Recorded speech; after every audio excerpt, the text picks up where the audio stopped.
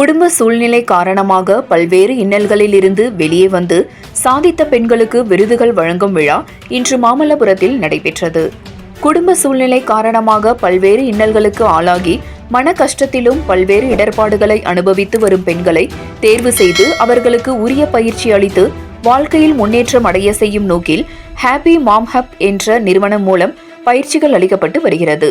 இந்நிலையில் செங்கல்பட்டு மாவட்டம் மாமல்லபுரத்தில் உள்ள தனியார் நட்சத்திர விடுதியில் ஹாப்பி மாம் ஹப் பயிற்சியாளர் ரம்யா சுந்தர் தலைமையில் பெண்களுக்கான 2 நாள் பயிற்சி கருத்தரங்கம் மற்றும் ஏற்கனவே மன உளைச்சலுக்கு ஆளாகி வாழ்க்கையில் பல இன்னல்களை சந்தித்த பெண்களை தேடி அவர்களுக்கான பயிற்சி அளிக்கப்பட்டு அதில் வெற்றி பெற்று பல்வேறு சாதனைகளை புரிந்து வரும் பெண்களுக்கு விருதுகள் வழங்கும் விழா நடைபெற்றது.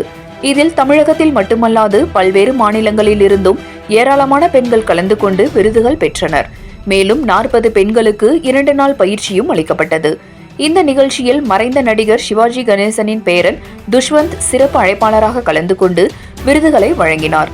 நிகழ்ச்சியில் மாமல்லபுரத்தைச் சேர்ந்த நன்றி அறக்கட்டளை நிறுவனர் நசீமா சிறந்த சேவைக்கான விருதை பெற்றார். இந்நிகழ்ச்சியில் மாமல்லபுரம் லயன்ஸ் சங்க தலைவர் புனிதவேல் உள்ளிட்ட ஏராளமானோர் கலந்து கொண்டனர்.